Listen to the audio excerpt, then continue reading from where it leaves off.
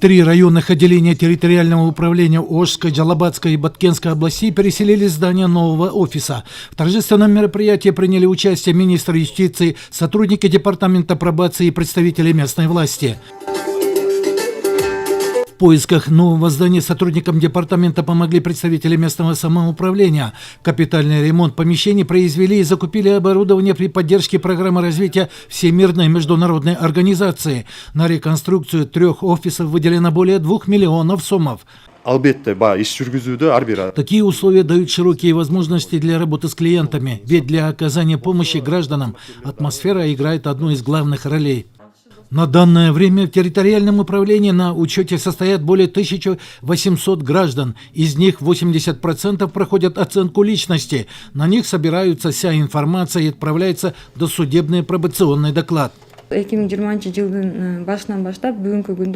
начала года к нам поступило 70 пробационных докладов. Из них по 17 судебным приговорам было принято решение выйти на пробационный надзор. 19 гражданам дан положительный, 2 отрицательный доклад.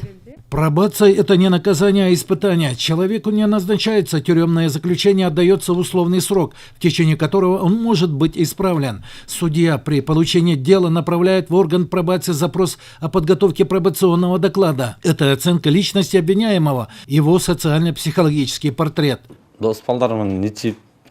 С друзьями после выпивки ограбили одного и был осужден. Думал, всю оставшуюся жизнь проведу в тюрьме. Однако помогли представители пробации. Теперь устроился на работу. Не было паспорта, и эту проблему помогли решить. Теперь решил начать новую жизнь. С латинского языка слово «пробация» переводится как «испытание», то есть функция института пробации заключается в том, чтобы не наказывать преступника, а дать ему шанс на исправление. Житель Сузакского района совершил преступление в Бишкеке, и суд направляет его в службу пробации в Сузакский район. Сотрудники пробации на месте до завершения срока заключения будут вести контроль над ним. Ожидается подписание соглашения о финансировании между правительством республики и международной организацией.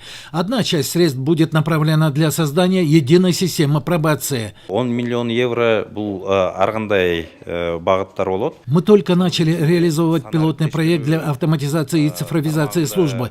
Конечно, создаются новые условия, и в то же время требуем от сотрудников работать в рамках закона. До конца года планируется обновить еще 6 офисов. Усен Кольбаев, Миргуль Бокошева, Акжол Айбашева, Лото 24, Ошская область.